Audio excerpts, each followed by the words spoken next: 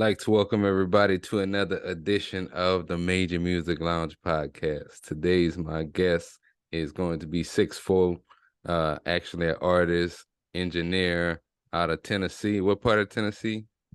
Man, Nashville really, I'm born and raised in Antioch. I moved a little, a couple of minutes south of there, but Nashville, Music City, USA. All right, Nashville. Uh, for those of y'all that may or may not know, but Sixx Pho actually was on my last album, Major Moves 4, on Ain't No Timeouts, and then also dropped off a single, Strong Way. I checked it out before the show. We're gonna kind of get into that as well, man. But yeah, tell us a little bit about yourself, like how did you get started creating music? How long have you been creating music? Man, well, man, I was born into music, man. You know that from my earliest memories, my grandmama had me sitting right beside her on the piano. My uncles played music, man. They had a band. Um, Grandmama played piano, sang, mama sang, sister sang. I grew up in the South, man. So, music is just in my blood, man. I cut my first song like 98. I think it Okay. was like 98 when I cut my first song. Yeah. And it was a lot different then. Um, I mean, technology is so advanced right now. It's man. I But was yeah, like, man, I've been in it for a while, man. I'm no stranger to it. I'm no stranger to both sides of the business. And I think my goal is to, empower the next generation, man, of showing them how to manage their own music, show them how to make people come after them and not have to go to no labels or not rely on, social media to, to try to get deals, and then also know how to protect themselves, know how to understand the lingo in the deals too. Cause boy, man, it's so many things that you don't pay attention to in contracts. It's the details. When they tell you to pay attention to the details, that's exactly what I'm talking about.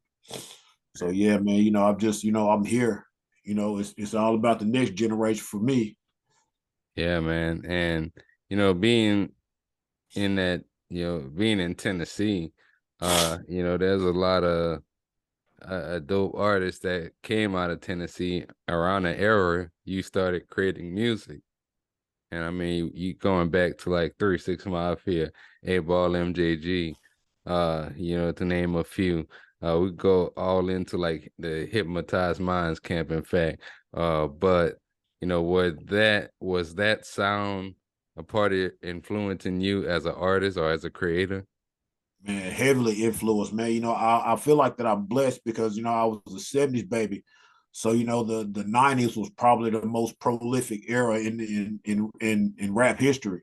Yeah. I mean, because like say, I mean, and especially being in Tennessee, it's like we grew up, we heard all the Memphis sound, and we heard the Ball and G, the 360, the Project Pass, the Tom Ski Mask, all of that, and Nashville, Nashville was such a melting pot, man. We had artists like, gosh, I don't even know where to start. Let's see, we had Boogie, Cool Daddy Fresh, um, Eric McAnally, Capital Punishment. Um, it's so many. It like I can't even just start to even think about how many people have come through Nashville and born and raised and just a part of this whole history and all the contributions that was made, musically. And I just feel like that I'm blessed and fortunate. But yeah, I mean, yeah, as far as influence goes, oh yeah, I'm heavily influenced. I mean, this and then we hadn't got to Atlanta yet. And it's like, when you talk about, the '90s, when, people like, KP and Jason Jeter was just getting started, and Dupree was just getting started, and it's just we could just have a whole nother conversation about that. But now, man, heavily influenced. They say I got a Texas sound on me. I just, I call it like I see it. Yeah, I kind of like the track that you sent to me kind of give me those Suave House, kind of like that old school vibe. And I mean, you talk about influencing you. I mean, I grew up in Louisiana, but like, we bang a lot of ball and G out there. I mean, we Yeah. were all on that Project Pet, that 3-6. So, definitely it was influencing us down there around that time. Still to this day, I regularly, like, one of my personal favorite albums was On Top of the World, 8 Ball MJG. And Yeah. I sometimes just ride and put that on, when I just kind of want to get a different vibe from some of the beats that I make. And yeah, they inspire me, man, to this day. So do you just like engineer and artist, or you make beats too? I guess you call it a quiet secret. If I hadn't really just dove in the whole, beat writing side, but yes, I can sit down and I can, make a beat, or and I can produce a song, man. And I believe it's a big difference, and it's not a lot of people talk about it. They call beat writers and producers the same thing, but don't really understand the differences between them. So yeah, I would say, add another slash up under my belt. I'm a beat writer and a producer. I write and I can make beats, and I can arrange. So, and have a vision for whatever, the whatever the instrumental, wherever it takes you. Yeah. So, that's I guess call me multifaceted in this thing. Man, what you used to create your beats in? Man, I've got FL20. I've got a I've got an M Audio 49 key, but I mean, like I said, when I started, it was Tritons and ASR 10s, you know. So when I say technology is different, this everything is so advanced. You can the time it takes now, like you can sit and create a beat in less than 2 minutes now. If you got your workflow right, and all the digital audio workstation, or DAWs, what we call them, they're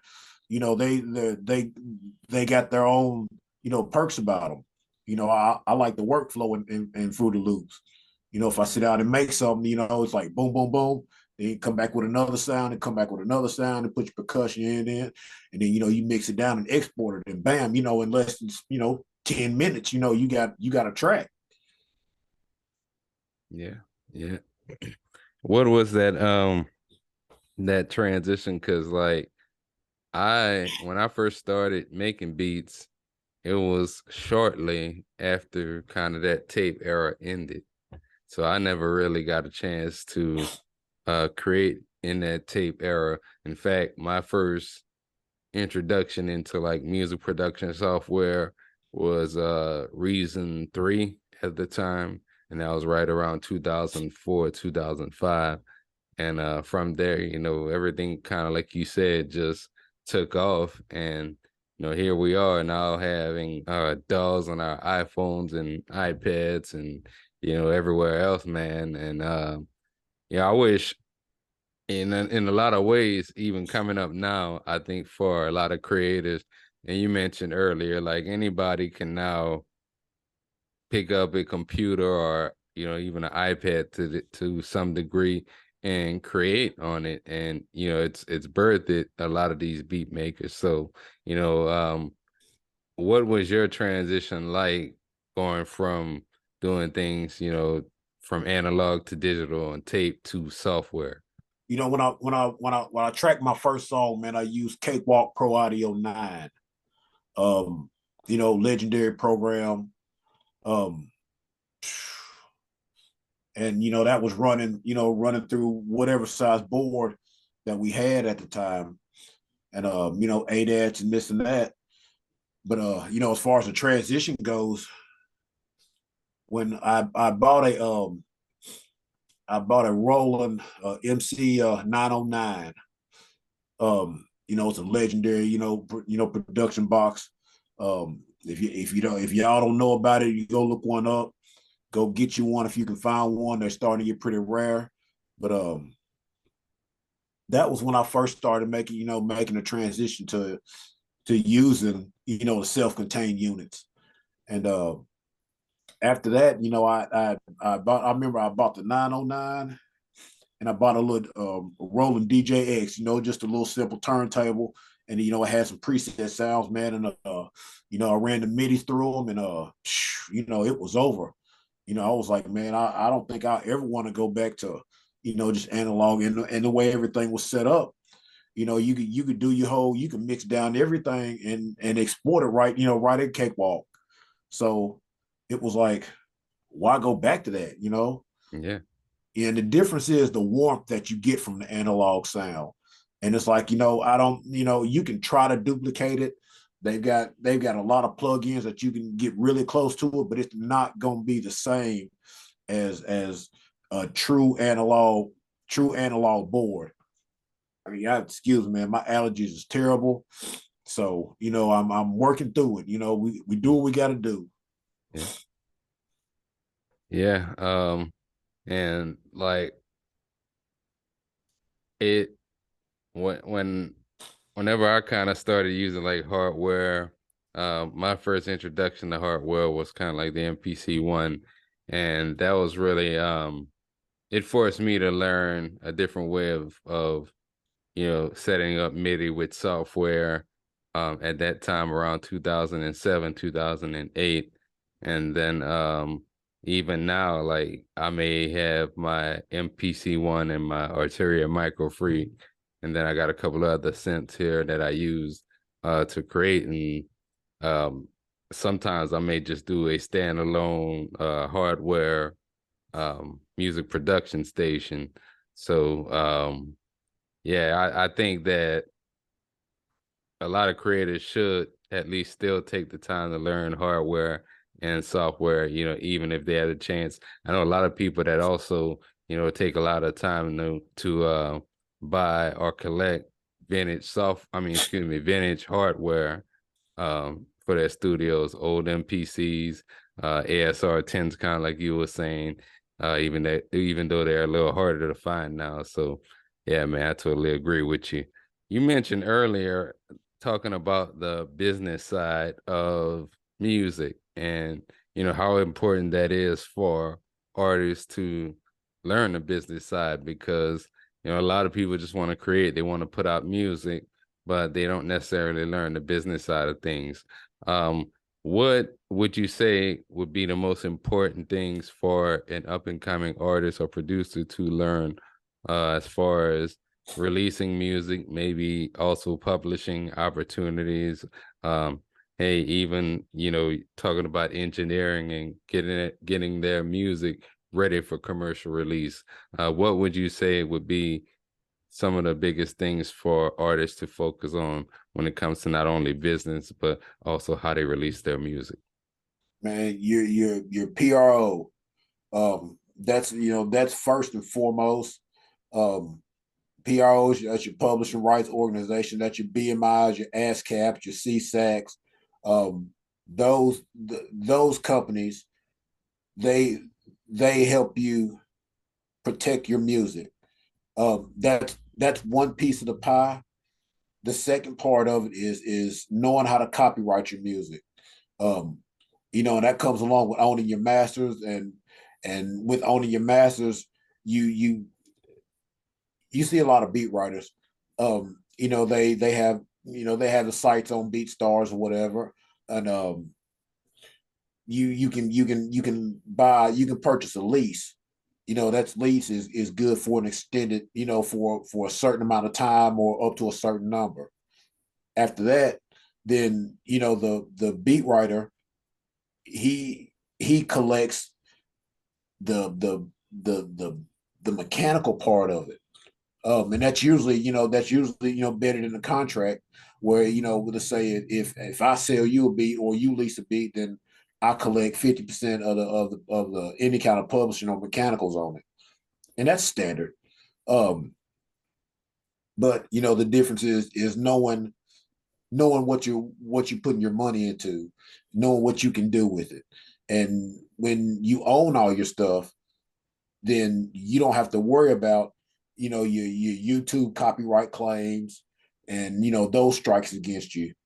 And I think it's really important for artists to know how to protect their own music, know how to administer their own music. Um, I was put in a situation where I had to learn that the hard way. So, I think it's very important. That's why I think it's my mission, to share as much, as many times as I can with anybody that I talk to in music or just getting started with music. Protect your music, know how to administer your own music. It takes me almost 2 minutes to register a song, and 2 minutes will save me losing out on potentially, whatever the case. I mean, like, the songs I release, I mean, I'm not gonna get into numbers of what my numbers, what I do when I release, but I can guarantee you when I do release a song, I'm gonna see every bit of that back, as far as every bit of the streams, and understand that, with the streaming platforms, understand those percentages of what they pay out. That's a whole nother conversation. Those numbers aren't the same between Apple, Napster, Spotify, Tidal. Those payout numbers are different. And the biggest part of that is the label.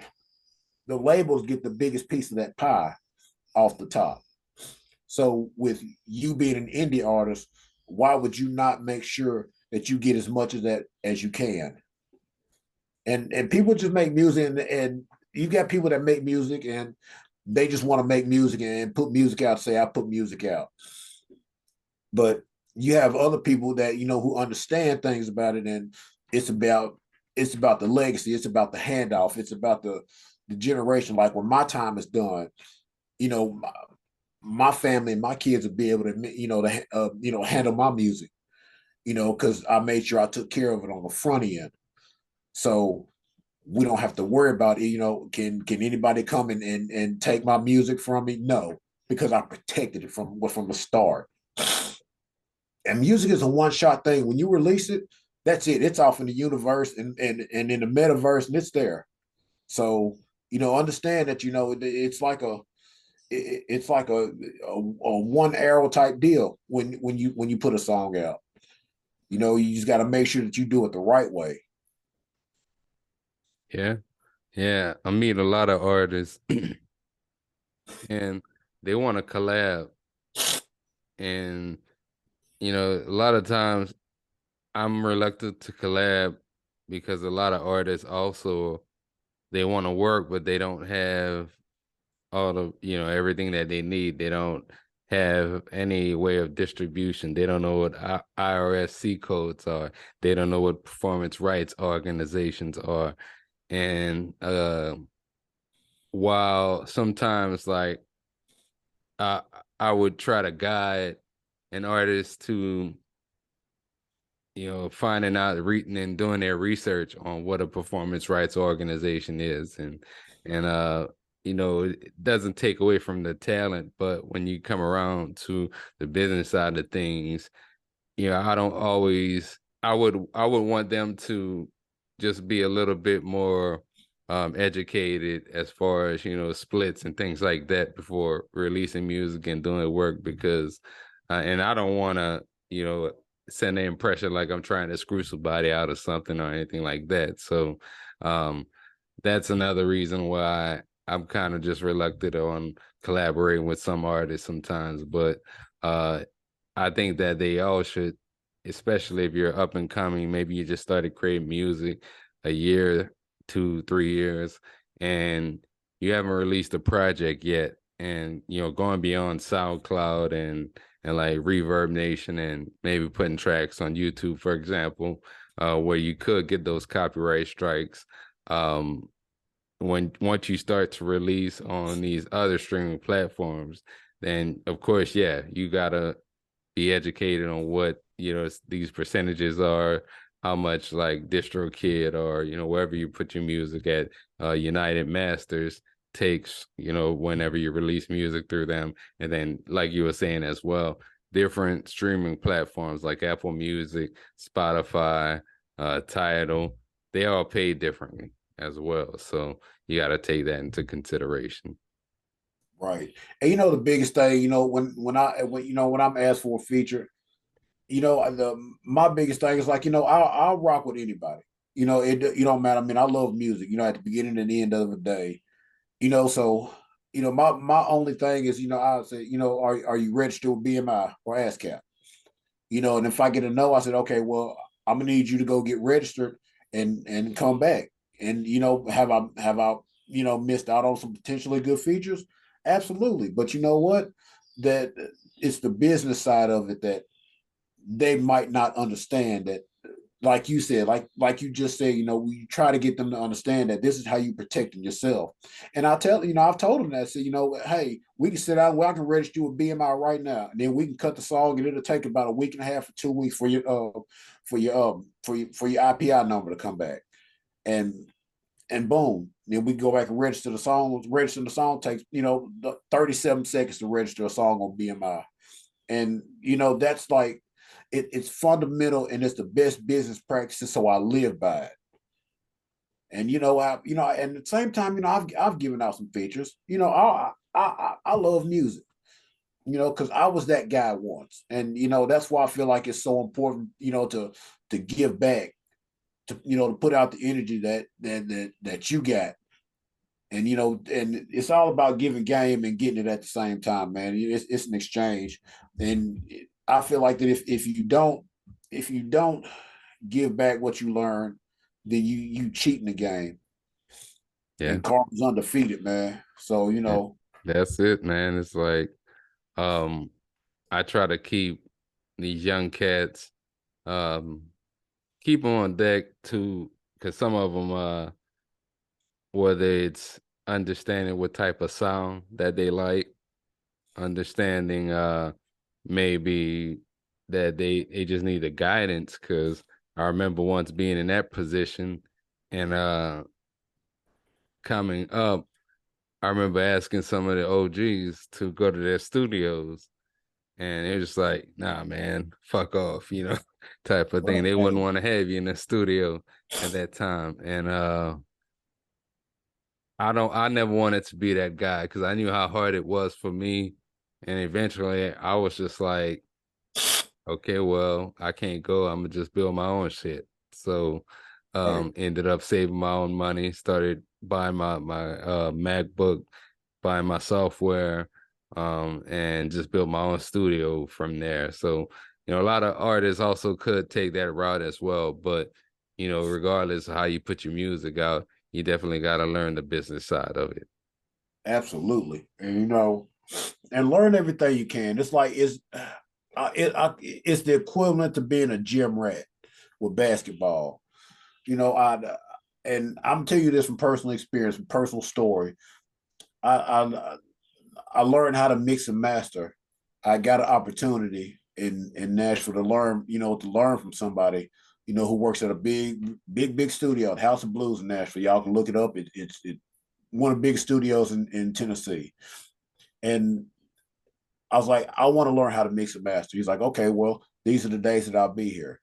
So if you want to come in, sit down, sit down and watch.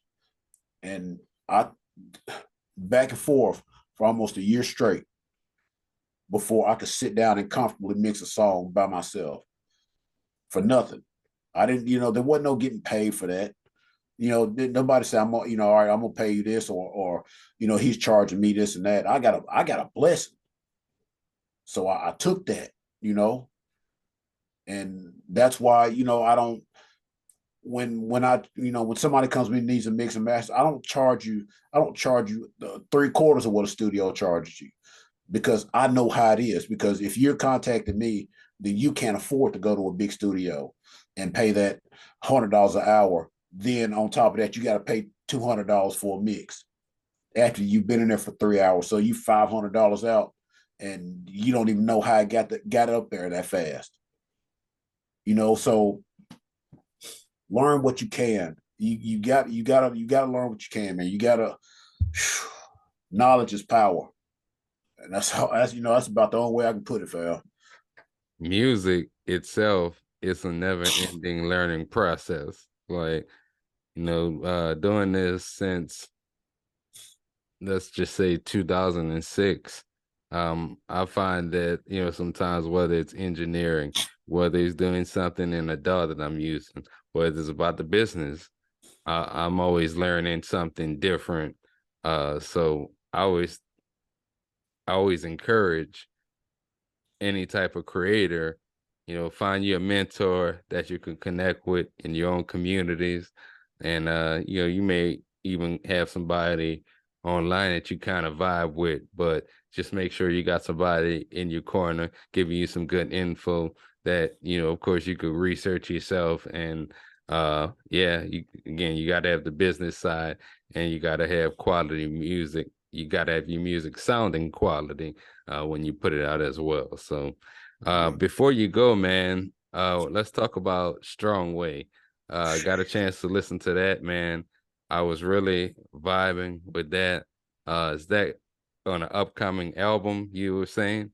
Yeah, so me and my guy one Mike, we we sat down and we was like, okay, let's do this EP. We called it The Strong Way. And this is basically, you could call it a little section of a diary from my life and his. But the consensus of the album is, you know, we here because we did this strong way. We had to come through life the strong way. I mean, y'all don't, a lot of people, are blessed and fortunate not to have to open up their oven to heat the house. You know, a lot of people don't understand that. A lot of people don't know about the candy lady in the projects. They had to freeze cups. You know, Yeah, that's what I'm saying. I mean, that's what I came up in. And when it's a look back at things, and personally, I mean, it's when your crib get broke into on Christmas, man, and you a kid, man. I'm a project baby, and I'm glad that I'm not in the project. At the same time, I got out of the project because we did this the strong way. So everything came back full circle with the album. And the intro track is it gives you the body of the EP in 2.5 minutes. So the whole album is high energy, man. Like I said, I mean, we got production from gosh, let's see, New York bangers. They got a lot of they got just about all the tracks. And then I got another guy. He's from Louisiana. His son produced a couple songs on the album too. And man, it's just high energy, man. It's real deep. It'll touch your soul, man. It's real gritty. Cutting edge, man. High energy is all that, man. And we'll have it out summer. I'm mixing on it now. We've released 2 tracks from it. Heat and Money. And now you got the leak for the intro, man. Nobody's got this, man. The radio station don't got it. You got it first, man. So I rock with you, man. So I was like, okay, it's time to let the intro out, and that's the last track we're gonna let out before the album. But yeah, we ain't got a date set on it. Boy, it's crazy though. We've had it. I've had it on my computer for, I don't know, probably a year and a half. And it's one of them things where you don't want to rush it, because we cut the album in 6 hours. We yeah, cut we had 7 tracks. We cut them in 6 hours. Just working, and I was like, okay, we know we got something special. And I just been taking my time with the mixes, man. I want them to be right. It's like I'll mix a song, and it usually takes me maybe 3-4 hours to mix a song front to back, do all the editing, wave cutting, and plugins and leveling and all that. But I'm just taking my time with this one, man. This one is special, and I wanted the end goals when somebody played this, they just like, dang, Buddy and them did that. And then they go tell somebody about it. That's the end goal. And it's getting real, it's getting some real rotation on the J Rock Morning Show. Shout out to him, man. He's showing us love, man. He up in Boston. So it's getting some play and it's getting some burn, the other two songs, man. But yeah, uh, the intro is a soundtrack to my life, you know. Yeah, yeah, man. I'm gonna definitely be on the lookout for that. And I just wanted to also say to you, man, I appreciate just, reaching out to me on TikTok. And we just kind of hit it off from there, did the collab on the last project. And just wanted to kind of, thank you and tell you, I appreciated you for lending a versatile project, man. So Man, hey, it ain't nothing but love, man. Like I said, like I told you, from the jump, man, you registered, you got all your stuff together. Ain't no need of me, why am I gonna try to charge and get over on somebody? I feel like it's a handoff, man. It's an exchange, man. It's like, us indies, we gotta stick together, man. And this is the reason why we still indie and the labels are still running things because we trying to climb over top of each other, and I ain't with that, man. yeah, yeah, yeah, man.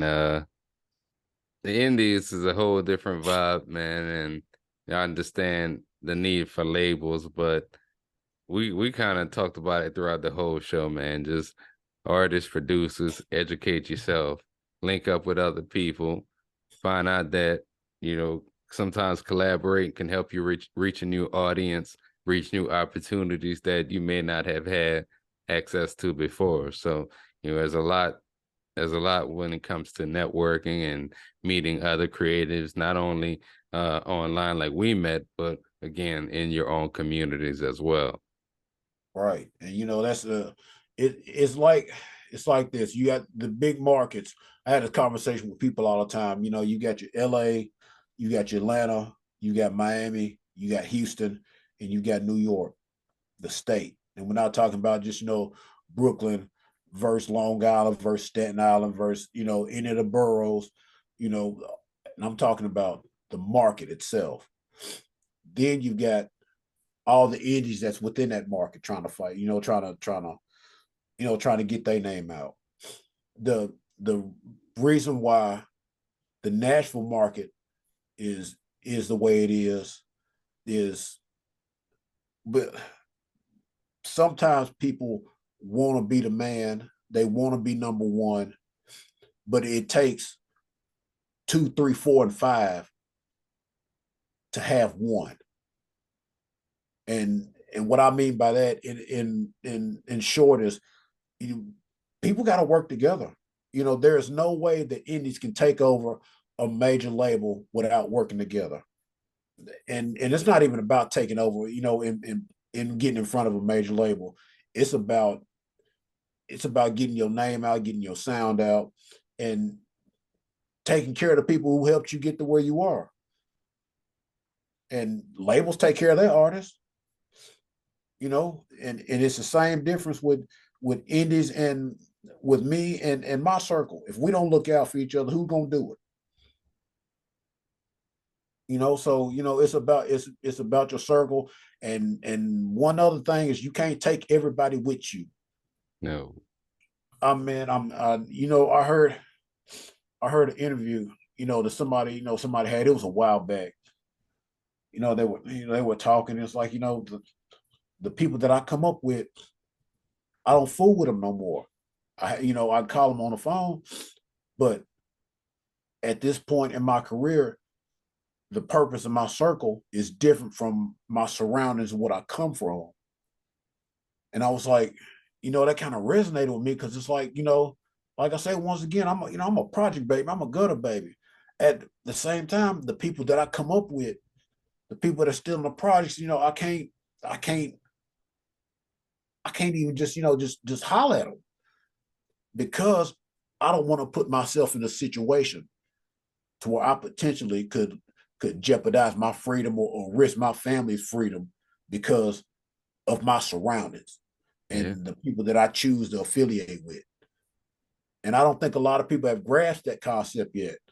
And it's the main thing why you still see people, getting burnt out here every night at a club or something. It's like, it don't be the person, it be the circle that's with that person Yeah. and their opinions, and then that's what starts stuff.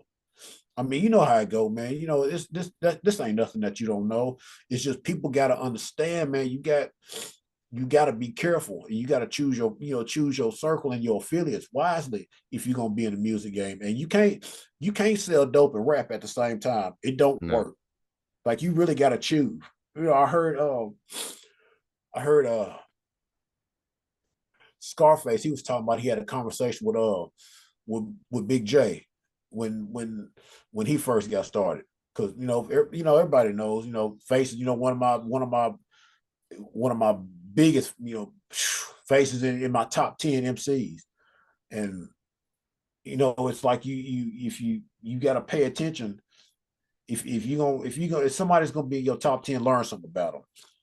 And he was doing an interview, and he said, Jay Prince was like, what you gonna do? You gonna rap or you gonna sell dope? Because you can't do both. You're not gonna be on my label doing both. And it's like, okay, that's mob ties number one. But he telling this artist that. So guess what? If that don't resonate with you, then I don't know what will. Because Yep. everybody say Jay Prince gangster. At the same time, they say so many heads of labels as gangsters. But Yep. that's neither here nor there. Not for me to speak on, not for everybody else to speak on, even if they know.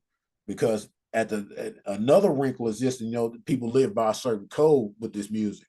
And they think that all of this goes together, and it don't.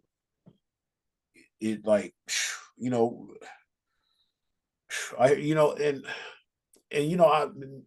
Nipsey is in my top 10. Nipsey Hussle is one of my top 10. His situation was sad. It was tragic because that was his own people that did that. Yep. And I'm not gonna get into the story. I'm not gonna speak on that. But it was a sad situation to see how it played out. And then you still see people talking about it now. You hear people conversating about it now. And it's like his circle, you know, and it wasn't him, it was the circle of his circle. So, it's man, it's I just hate how we get in our own way sometimes. Yep. It just makes me sick, and that's just why I don't really fool with a lot of people, man. Yeah. Yeah, man. Some people never grow out of it. It's just like in, sports, for example, you play football, you play basketball, you can't, be in the pros and still be in the streets. You gotta change your Right. lifestyle. You gotta move different, man. So same way with music. Yeah, man, you got to choose, man. You got to make a choice. If that's what you're gonna do it. And it's like what I think it was Dion that said that. You quote me if I'm wrong, but when he was at Jackson State, I think is when it was. He was saying, if you're gonna be in the street, don't come back to school. Yep. Once you get there, you playing D1 ball. There ain't no need for you to. Why go back? And some Yep. people, because it's all they know. That's all And they know. that's where that them choices that people got to make, them hard choices. Do I still want to ride with my homies here? We ain't finna go get in trouble. And then boom, he get in a wreck, or they get to fighting, or it's some other stuff happening. He right in the middle of it. Star player happen all the time. We see it. And so it's just you got to choose wisely, bro. Mhm. Where can our listeners and our viewers find you at online and your music? Man, my music is everywhere. If you got a streaming platform, it's there. Also, another thing, y'all, you got to get your Google Knowledge Panel up. And some of y'all don't know nothing about that. Some of y'all do. Basically, what it is, you register yourself as a Google business, and it pulls everything together. It creates you like a landing page on Google. You can type in my name just the way you see it, Sixxpho. It'll list my songs, it'll list engineering, it'll list all of that. It'll pull my website. I'm on all social media platforms. I went through a little hack, some my account got hacked, so I'm having to just, go build it back up. But yeah, I mean, it's 64615, just like it say right there. Just 6 4 _615. And I'm Instagram? Instagram 64615. TikTok's the same. My Twitter's the same. Um, it's just hackers. Yeah, man. They've been bad, man. They sell quote unquote Bitcoin or it's just been a lot of like I had somebody one time on Instagram reach out to me and say that, and I didn't even know this person, but say that their other page got hacked and they just started following a bunch of people. So they tried to get me, and I ended up blocking that person because they Yeah, had sent a man. text message to my phone to try and reset the Right. password. That's crazy. I mean, we know it's all kind of scams and hustles out here. I mean, you being from the boot, man, it ain't nothing that you don't know.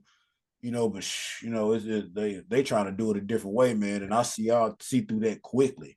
That And they put, even do it with jobs, yeah, with resumes. We get random text messages talking about, we found your resume on somewhere and we'd like to interview you. And for what?